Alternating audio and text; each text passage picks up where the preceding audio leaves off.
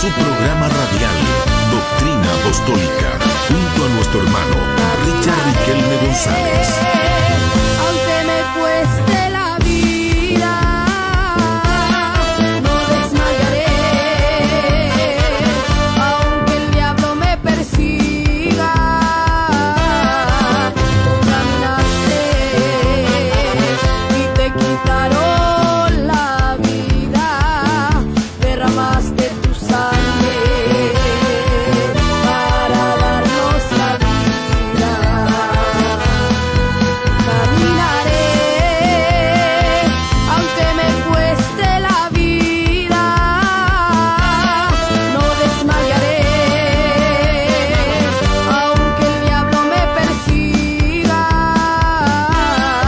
tú caminaste y te quitaron la vida, derramaste tu sangre para darnos la vida. Fortalece, Señor.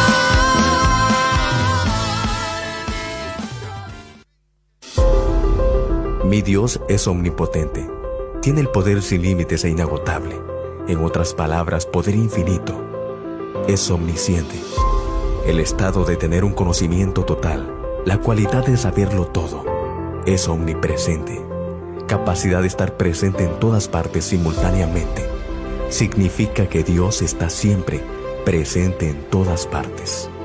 Ese es mi Dios. Un mensaje de Radio Fe, la de la sana doctrina. Es su programa, Doctrina Apostólica. Amén, amén, amén. Que el Señor les bendiga grandemente, mis queridos hermanos.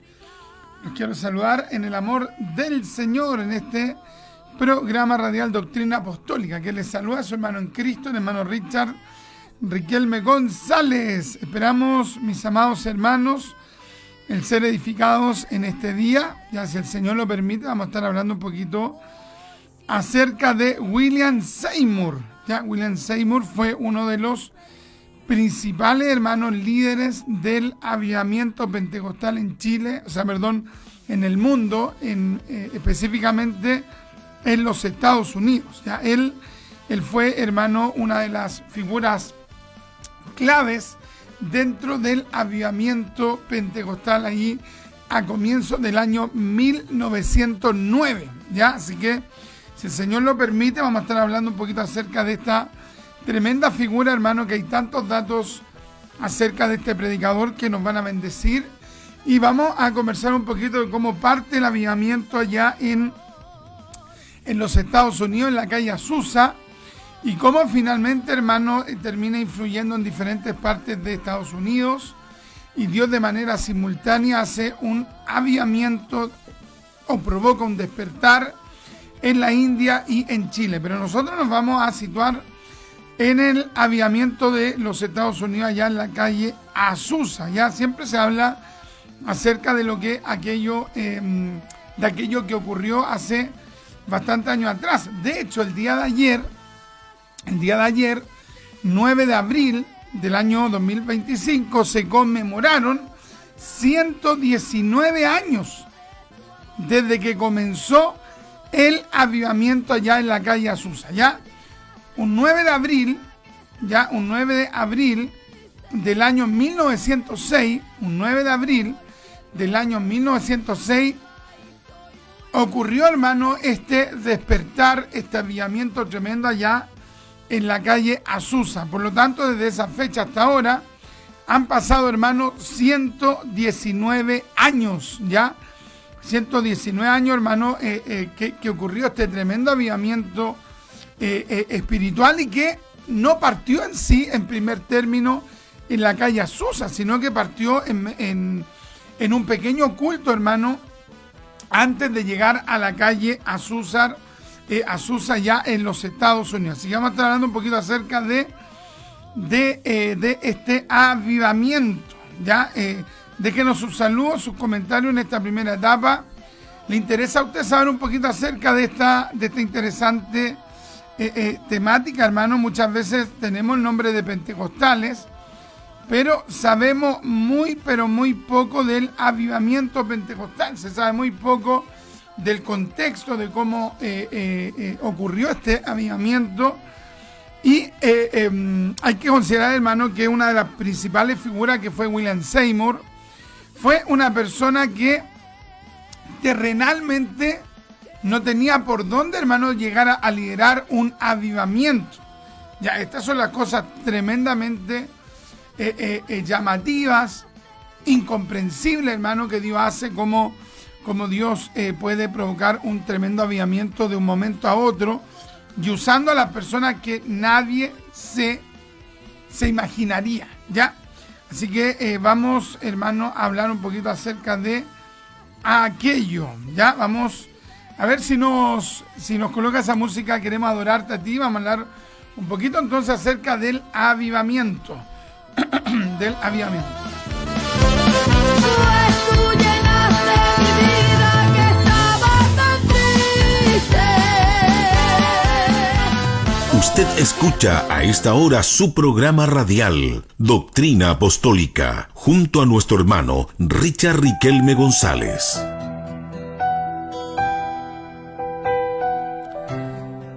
Amén. Entonces vamos a hablar un poquito acerca del avivamiento allá en los Estados Unidos, que comenzó, hermano, en el año 1906, un 9 de abril, ya, de la fecha hasta ahora, han pasado 119 años, ¿ya?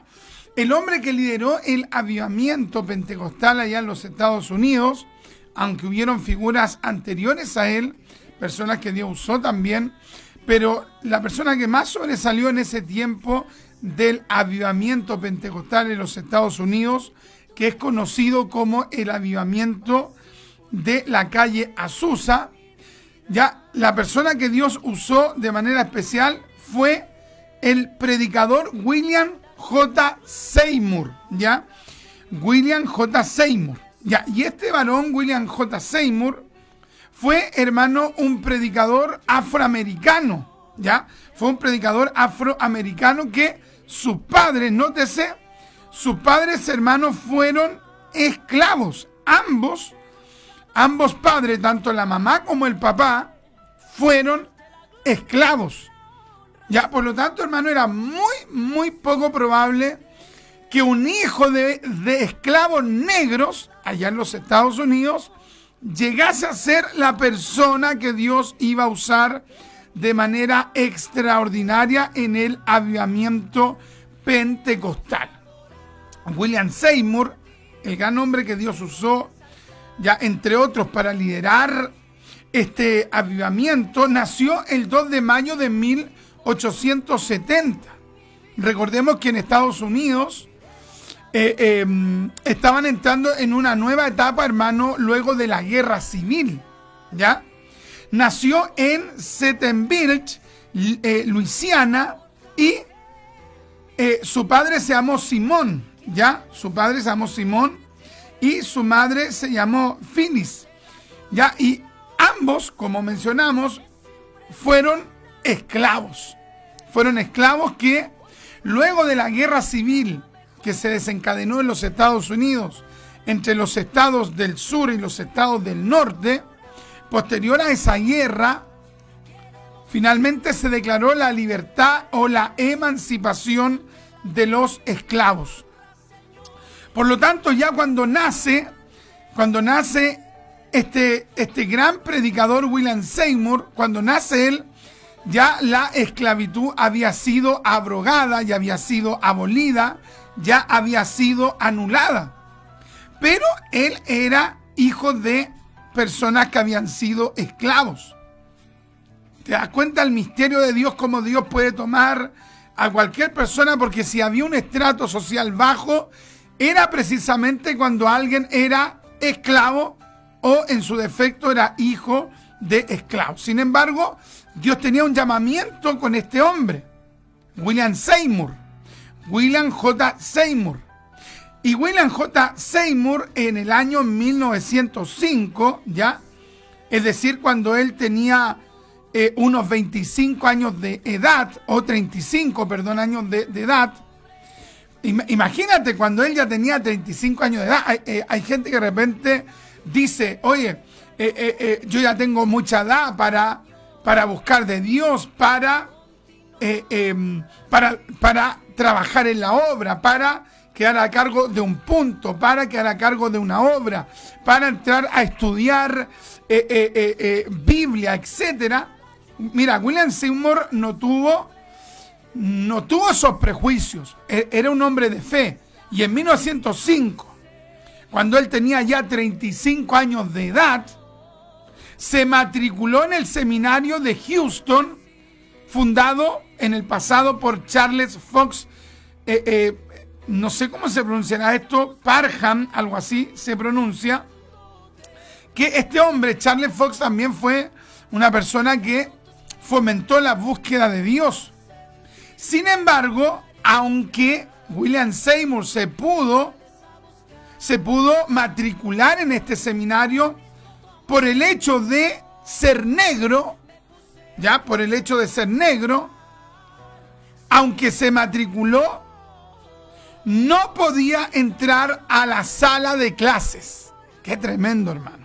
No podía entrar a la sala de clases por la sencilla razón de que era negro. Entonces, aunque lo dejaron matricularse, él podía escuchar la clase, pero afuera del salón, junto a una ventana. Ahí se ponía. Oye, qué tremendo, hermano.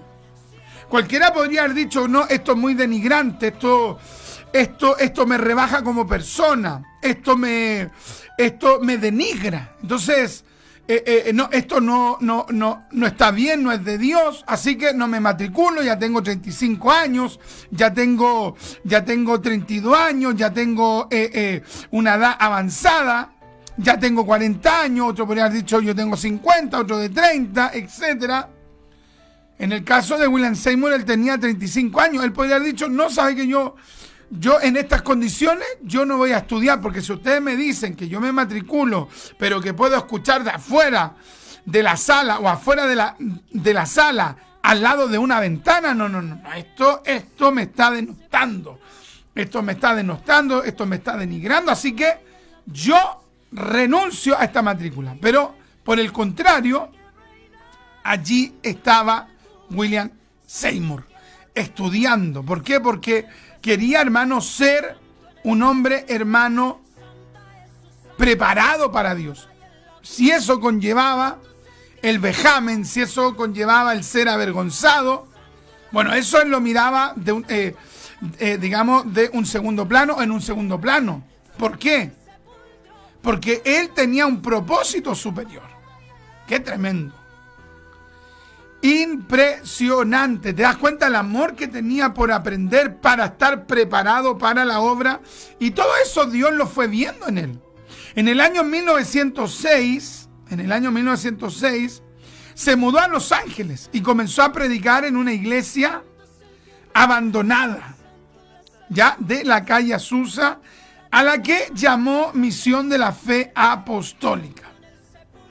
Hay que comentar, hermano, que en este intertanto, cuando William Seymour llega a Los Ángeles, cuando llega a ese lugar, en primer término, hermano, él se une a una iglesia. En este caso, hermano, se unió a una iglesia del movimiento de santidad, ¿ya?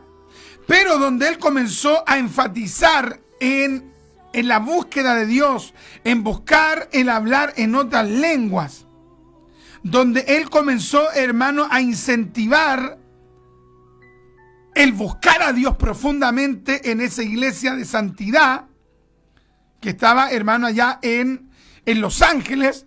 Aquella iglesia lo terminó expulsando, imagínate, lo terminó expulsando, ¿ya? Y donde él quedó expulsado de esta iglesia de santidad, que venía de la iglesia metodista, él se vio que no tenía lugar donde predicar.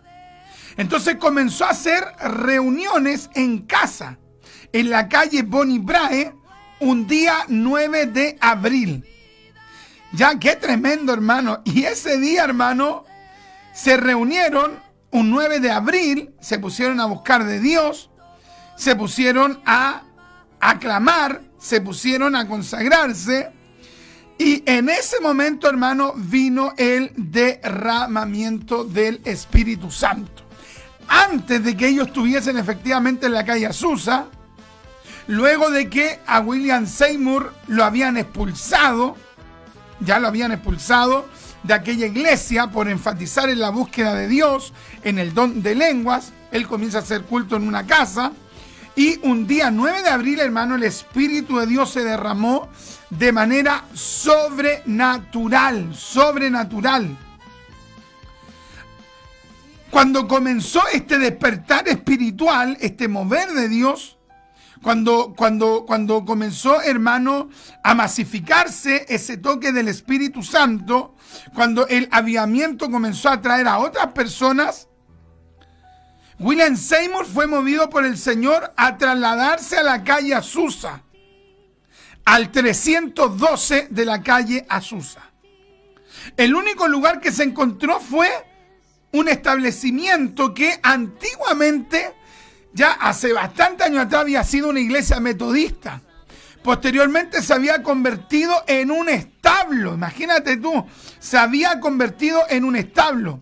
Y cuando llega William Seymour junto a este grupo de hermanos que estaban buscando la presencia de Dios, liderados por William Seymour, un hombre hijo de esclavos, una persona que había entrado a estudiar a los 35 años, una persona que había sido expulsada de una iglesia por predicar, buscar la llenura y el bautismo del Espíritu Santo. Oye, liderados por este varón, encuentran esta propiedad totalmente, hermano, deteriorada. Pero, oye, gracias, mi hermano Steven, pero con la visión de William Seymour, oye, si a William Seymour no le había importado que lo miraran en menos, si a William Seymour no le había importado que lo expulsaran de una misión, si a William Seymour no le había importado el que lo miraran como el hijo de los que habían sido esclavos, si a William Seymour no le importó que constantemente lo discriminaran en la sociedad por ser negro, hoy hacer culto en un lugar donde hace un tiempo atrás habían tenido animalitos, habían tenido, digamos, toda una infraestructura deteriorada. Oye, si William Seymour, hermano, había lidiado con el racismo, con la pobreza, con el menoscabo, estar en ese contexto, para él no era ningún problema. Qué tremendo, hermano. Impresionante. Llegaron allí, un edificio deteriorado, pero a partir del 14 de abril de 1906, es decir, cerca de 5 días después de que el avivamiento se había derramado en esa casa, de manera repentina, hermano, comenzó a llegar un número impresionante de personas. A tal punto llegó la cantidad de gente que tuvieron que comenzar a hacer culto 3 veces al día. ¡Qué tremendo, hermano! Ahora, lo más sorprendente de esto es que no solamente llegaron negros, ¿ya? Porque podría haber sido esta iglesia una iglesia afroamericana. Pero llegaron negros, llegaron blancos, llegaron hispanos, llegaron personas de otras culturas. Porque querían tener el toque del Espíritu Santo. William Seymour no discriminó a ninguna persona por el color de piel. Ve que hay gente que es negra y tienen un resentimiento social hacia los blancos. En el caso de William Seymour, no, él veía las cosas en el espíritu. Era un hombre humilde, era un hombre dependiente del Espíritu Santo de Dios. Qué tremendo, hermano. O sea, ¿te das cuenta cómo ocurre todo esto, hermano? ¿Cómo Dios toma a esta persona?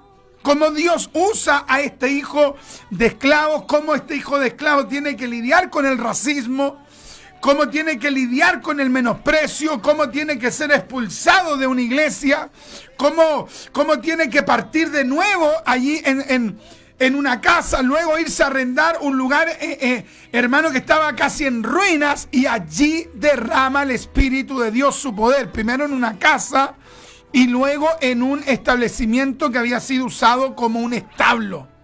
¿Te das cuenta, no, hermano? Qué diferente son los planes de Dios muchas veces de nuestros propios planes.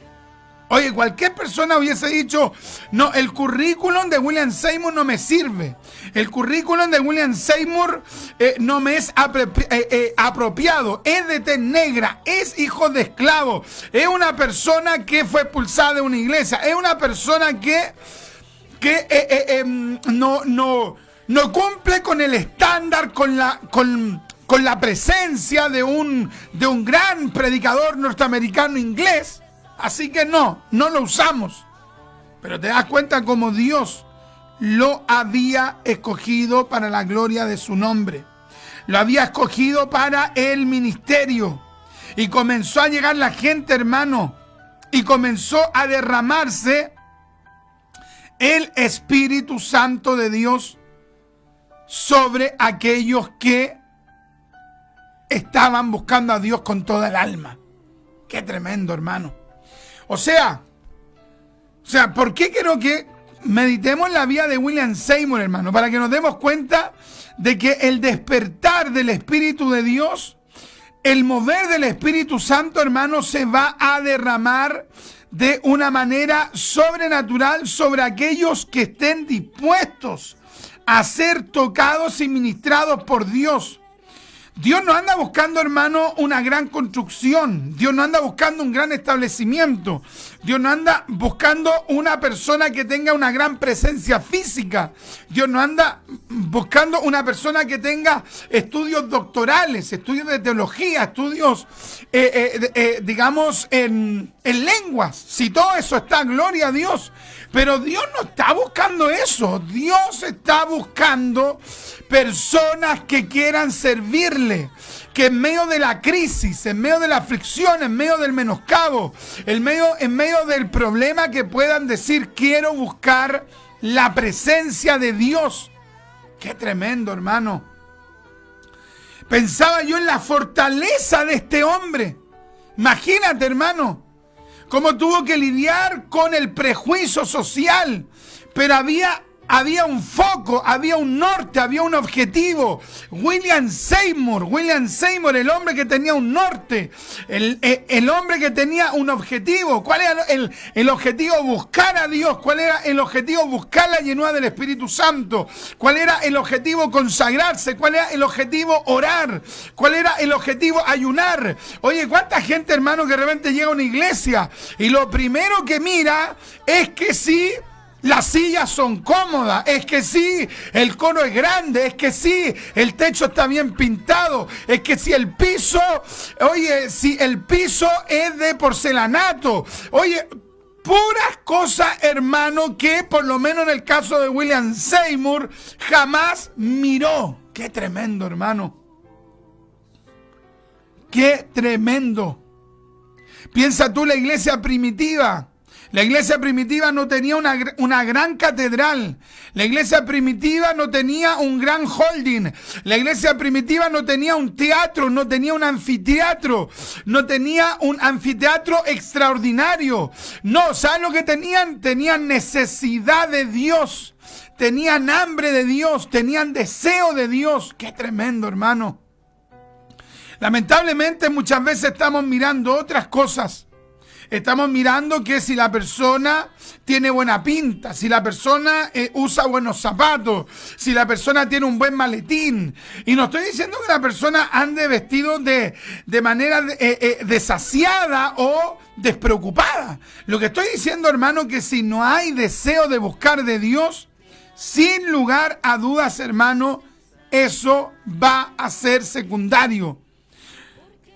Una iglesia, un movimiento puede crecer exteriormente, puede abrir locales, puede abrir congregaciones, puede tener éxito en un coro, puede tener éxito en diferentes áreas, pero si no hay oración, no hay búsqueda, muy posiblemente, hermanos, ese sea un éxito meramente temporal. Qué tremendo, hermano.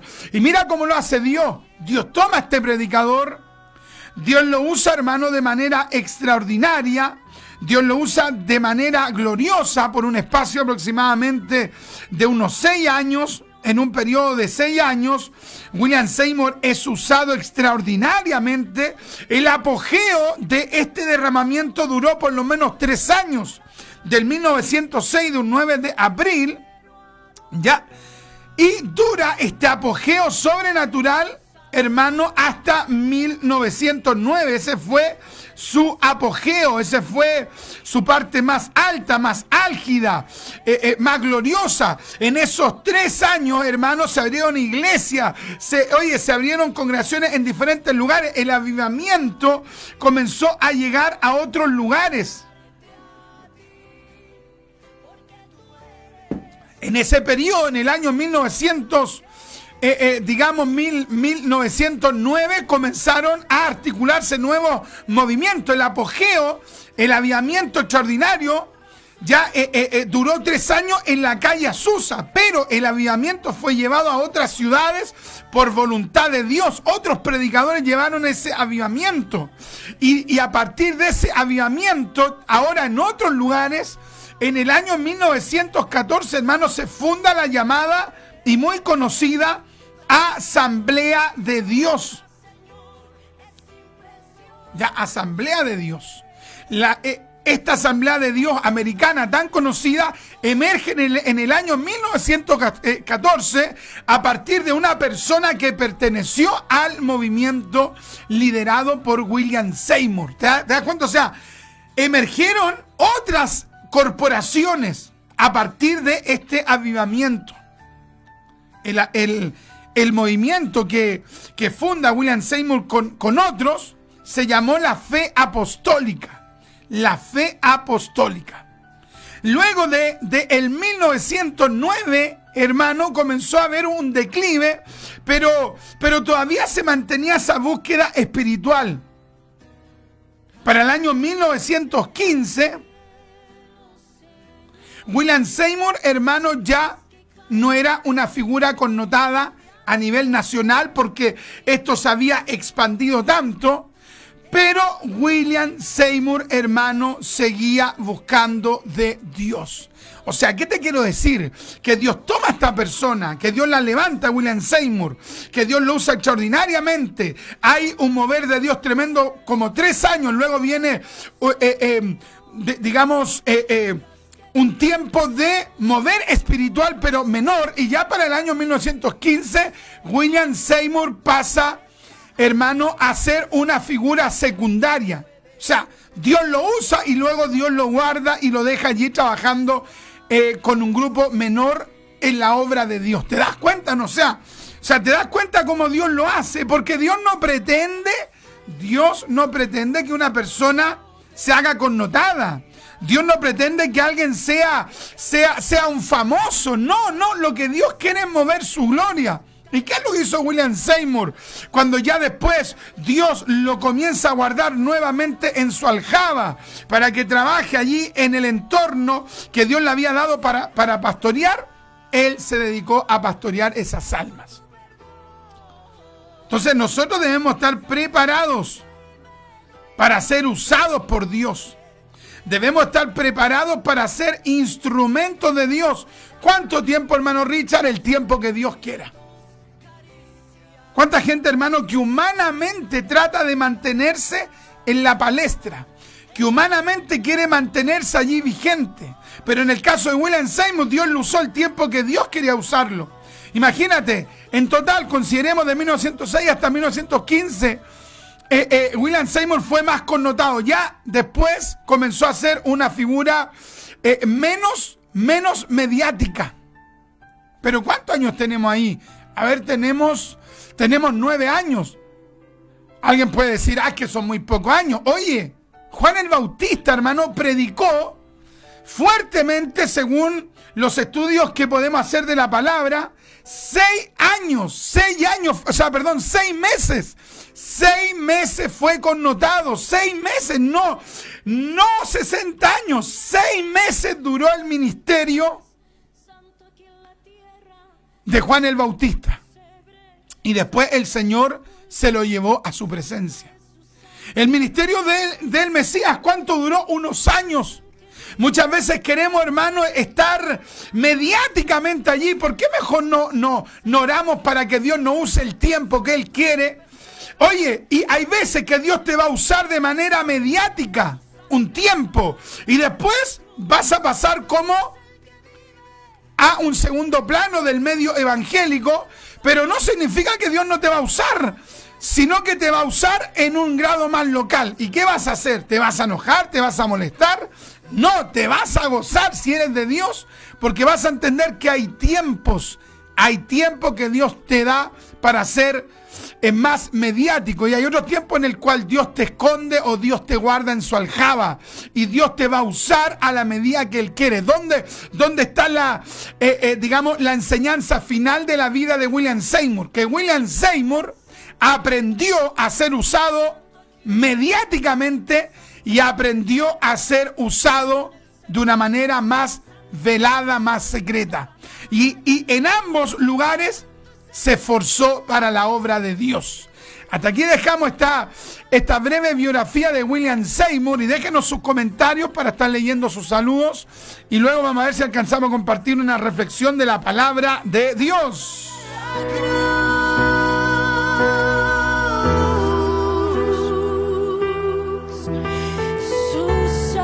Usted escucha a esta hora su programa radial, Doctrina Apostólica, junto a nuestro hermano Richard Riquelme González.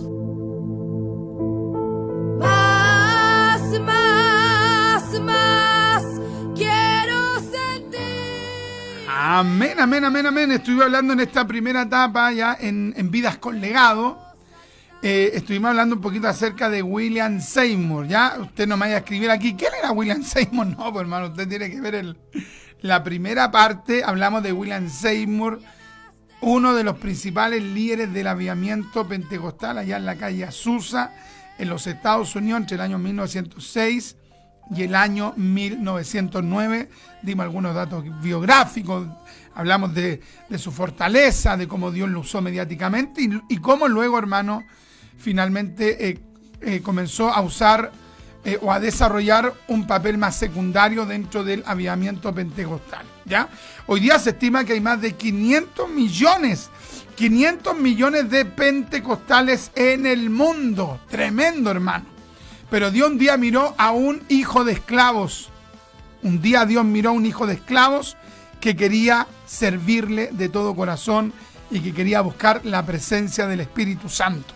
¿Quién fue ese? William Seymour. Los que no se conectaron antes, traten de ver la primera parte para la gloria del Señor. ¿Qué tenemos por acá? Nuestra hermanita Alba nos dice: Dios le bendiga grandemente a mi hermano Richard, saluda a toda su familia, compartía la bendición. Gracias, mi hermana Alba.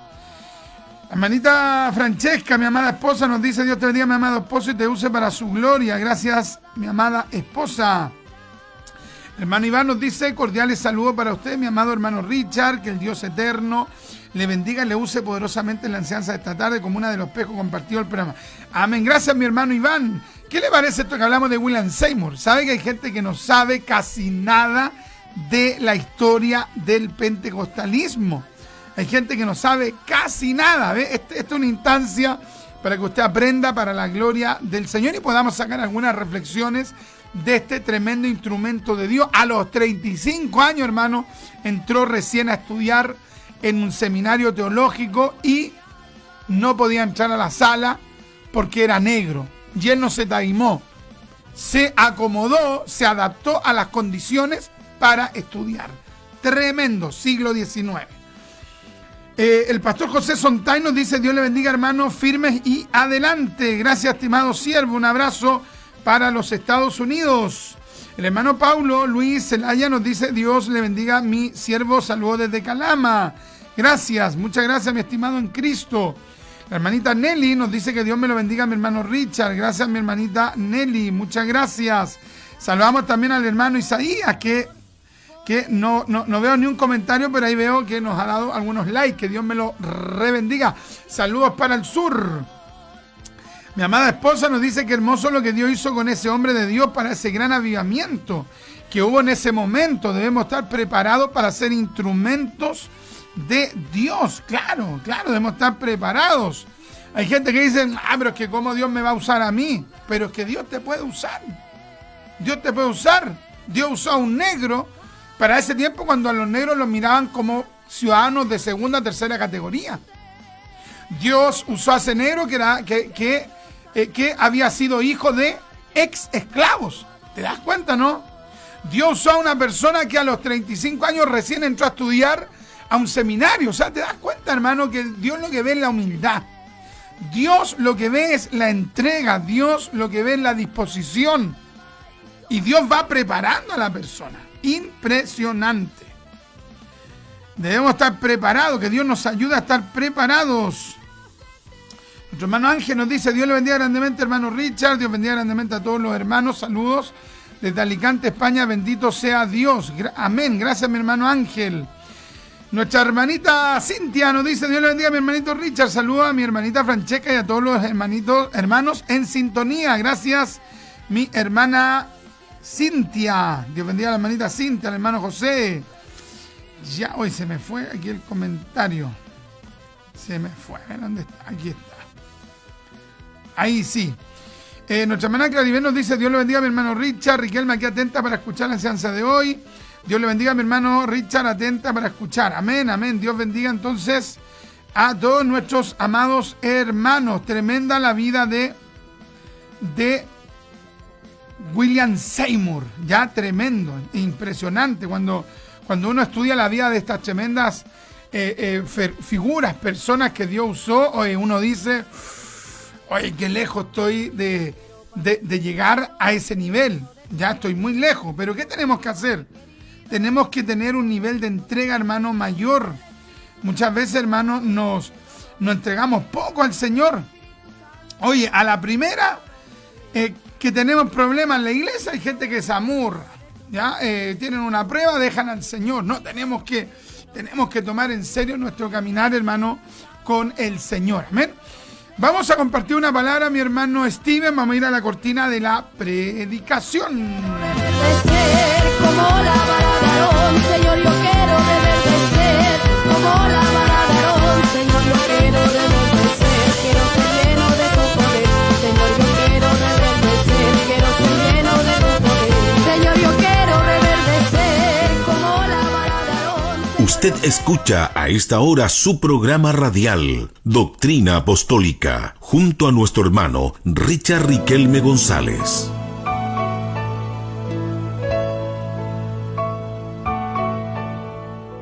Así que la fe es por el oír, y el oír por la palabra de Dios. Dispongamos nuestro corazón para escuchar la exhortación de la gloriosa, sublime y excelsa palabra de Dios. Medite, opine, practique y comparta lo que Dios le entregó por medio de esta enseñanza.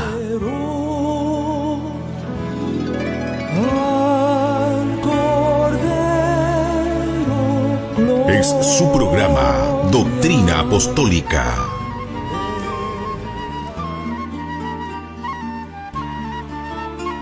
Amén, amén, amén, amén. Vamos a compartir un breve pensamiento en la palabra del Señor. Nos van quedando como unos 15 minutos. Y vamos a leer el libro de los Hebreos, capítulo 11. Y vamos a leer desde el versículo 32, ya, desde el versículo 32 al 38. Dice así: en el nombre de Jesús, para la gloria del Padre, del Hijo y del Espíritu Santo. Amén. ¿Y qué más digo? Porque el tiempo me faltaría contando de Gedeón, de Barak, de Sansón, de Jefté, de David, así como de Samuel y de los profetas, que por fe, conquistaron reinos, hicieron justicia, alcanzaron promesas, taparon bocas de leones, apagaron fuegos impetuosos, evitaron filo de espada, sacaron fuerza de debilidad, se hicieron fuertes en batalla, pusieron en fuga ejércitos extranjeros. Las mujeres recibieron sus muertos mediante resurrección, mas otros fueron atormentados, no aceptando el rescate a fin de obtener mejor resurrección. Otros experimentaron vituperios y azotes, y a más de estos, prisiones y cárceles. Fueron apedreados, aserrados, puestos a prueba, muertos a filo de espada. Anduvieron de acá para allá cubiertos de pieles de oveja y de cabras, pobres, angustiados, maltratados, de los cuales el mundo no era digno. ¡Qué tremendo! Errando por los desiertos, por los montes, por las cuevas y por las cavernas de la tierra. Por un breve momento, mis queridos hermanos, quiero que nosotros podamos meditar en este libro de los Hebreos, en este capítulo 11. Y lo primero que podemos decir, hermano, que el autor de los Hebreos, aunque no sabemos exactamente quién escribió esta epístola, sí hay suposiciones que muy posiblemente la escribió el apóstol Pablo, así se creyó por siglos. Posteriormente hubieron algunas tesis que plantearon que podría haber sido escrito por Apolos, y otros incluso, digamos que dicen que fue escrito por algún otro judío conocedor del Antiguo Testamento. Sin embargo, cuando se hace un estudio, hermano, de la epístola, nos damos cuenta que hay claros rasgos que nos muestran la manera en que escribía el apóstol Pablo. Sin embargo, aunque no podemos decir que la escribió en sí Pablo, finalmente lo que importa es el contenido de la carta. Sí podemos decir que el escritor de esta carta era muy conocedor del Antiguo Testamento. De hecho, en el capítulo 11 nos damos cuenta que él hace una síntesis de los hombres de fe del Antiguo Testamento. Pero no solamente podemos decir que él sabía acerca de estos hombres que mencionó en el capítulo 11, sino que él nos da a entender que podría haber mencionado a muchas más personas. Por ejemplo, para hablar de los profetas no se va detallando uno por uno, sino que dicen los profetas. ¿Qué significa esto, hermano? De que él podría haber hablado de cada uno de los profetas, tenía el conocimiento, tenía la profundidad para hablar de cada uno de ellos, pero él tuvo que hacer una síntesis. O sea, el autor de los Hebreos conocía profundamente a la gente que había sido de fe en el Antiguo Testamento. Al parecer, por lo que deducimos, se había dedicado a estudiar cada vida de estas personas que habían sido de fe. ¡Qué tremendo, hermano!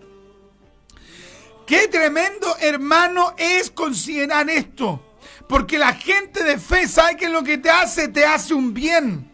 El autor de los Hebreos, posiblemente cada vez que fue estudiando la vida de estos hombres de Dios, evidentemente que tuvo que haber visto errores en cada uno de estos hombres que sobresalían, porque la gente cuando sobresale en la obra, la gente cuando sobresale en un trabajo de una iglesia, cuando un pastor sobresale, cuando un maestro de la palabra sobresale, no significa que esa persona no haya tenido errores, no haya tenido faltas. Aquí, en la síntesis que él hace de los hombres de la fe, menciona personas, hermano, que tuvieron errores grandes, que tuvieron tremendos defectos, mas sin embargo, fueron personas que tenían una virtud extraordinaria, que fueron hombres de fe. ¡Qué tremendo, hermano! O sea, en este capítulo 11 vemos que el autor de los Hebreos es una persona objetiva. Cuando tú estás hablando que alguien es de fe, no estás diciendo que esa persona nunca ha errado, que nunca ha fallado, que nunca ha cometido errores, sino que lo que estás diciendo es que esa persona, a pesar de sus errores, a pesar de sus faltas, a pesar de sus pecados, nunca abandonó a Dios. ¿Y por qué nunca lo abandonó? Porque eran de fe. ¡Qué tremendo, hermano! Oh, yo no sé si alguien está comprendiendo esta tremenda palabra. Oye, es la fe la que te va a sostener. Es la fe la que nos va a afirmar. Cuando decimos este hermano es de fe, cuando decimos esta hermana es de fe, cuando decimos este pastor es de fe, cuando decimos esta hermana es de fe, este siervo es de fe, lo que estamos diciendo no es que es perfecto. Lo que estamos diciendo es que la fe lo ha sostenido. La fe le ha permitido salir adelante. La fe le permitió, mis amados hermanos, a Abraham salir adelante cuando él falló, cuando él pecó. La fe le dio la fuerza a David para salir adelante cuando falló.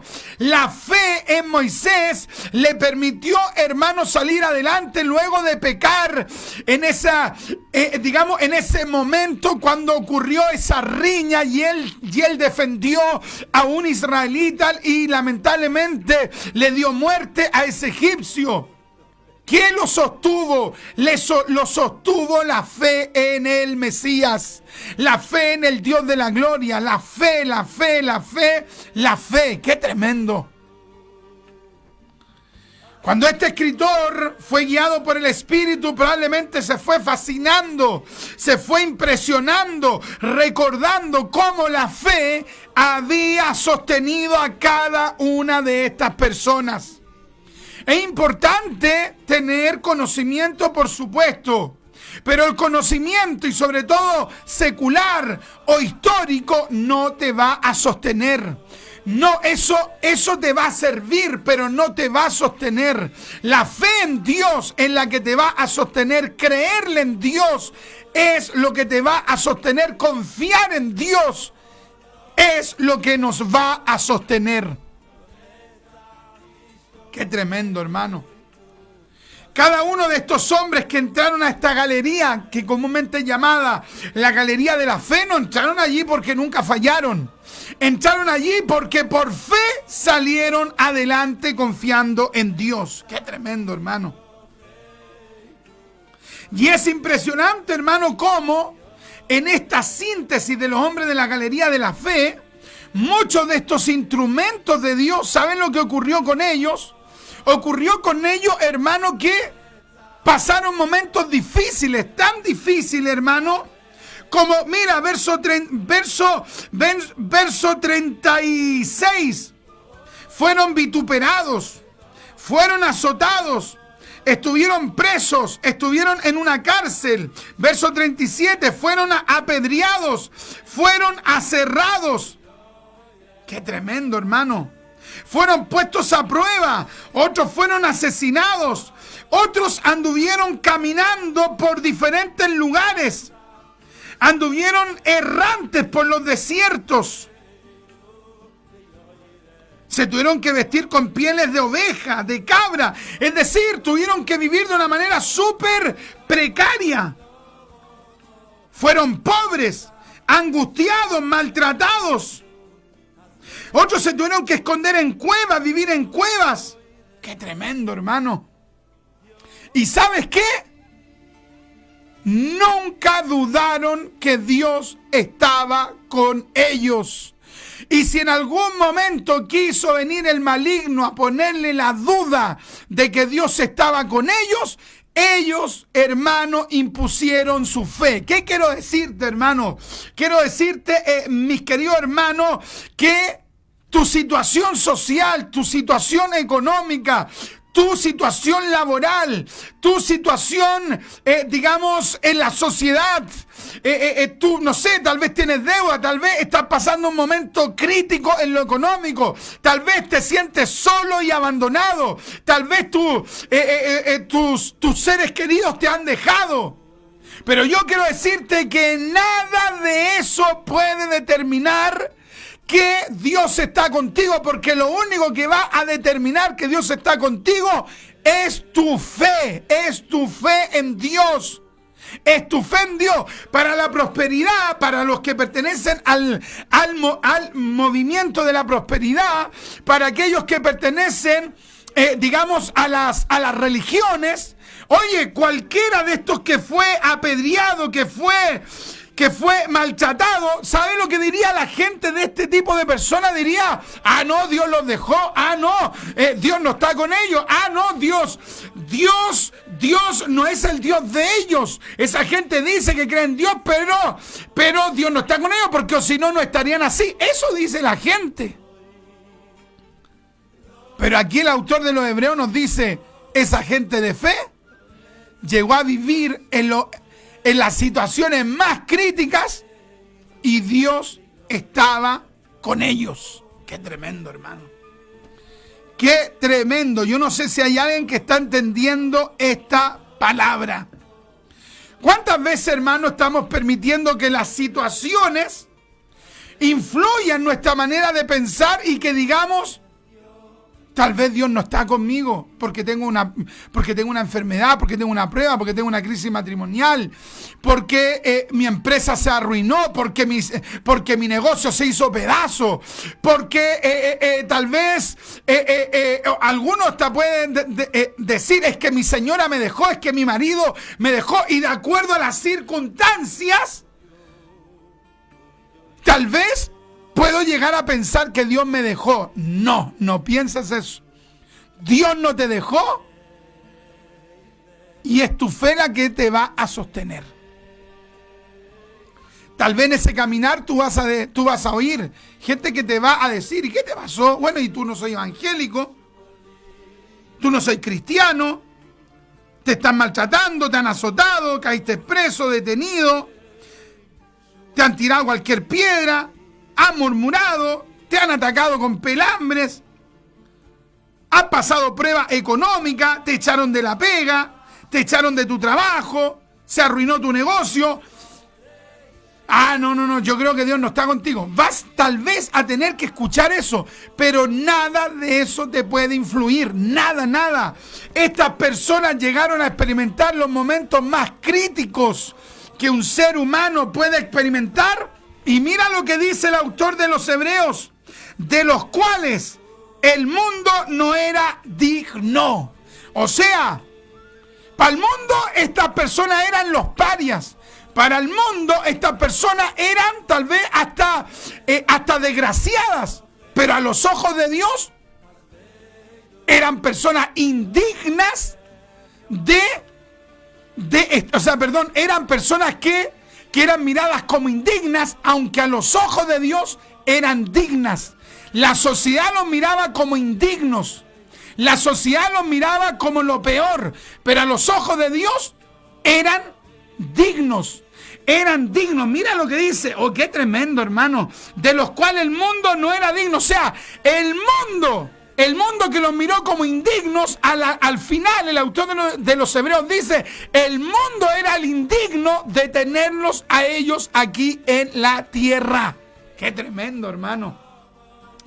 Oye, qué tremendo. El mundo, escúchame, el mundo era indigno de tenerlos a ellos en la tierra. Ellos eran tan dignos porque a pesar de la prueba, a pesar de la enfermedad, a pesar de la crisis, a pesar del problema, a pesar de la ruina, a pesar del abandono, a pesar de todo, a pesar que nada les podía salir bien, ellos seguían creyéndole a Dios. Qué tremendo, hermano. Por lo tanto, mis amados, culminando esta enseñanza, no olvides que va a ser la fe en Jesucristo la que te va a sostener. No van a ser las amistades, no va a ser la religión, va a ser la fe en Cristo. Oye, afirma tu fe orando, ayunando, leyendo la palabra y yendo a la iglesia. Que Dios nos bendiga.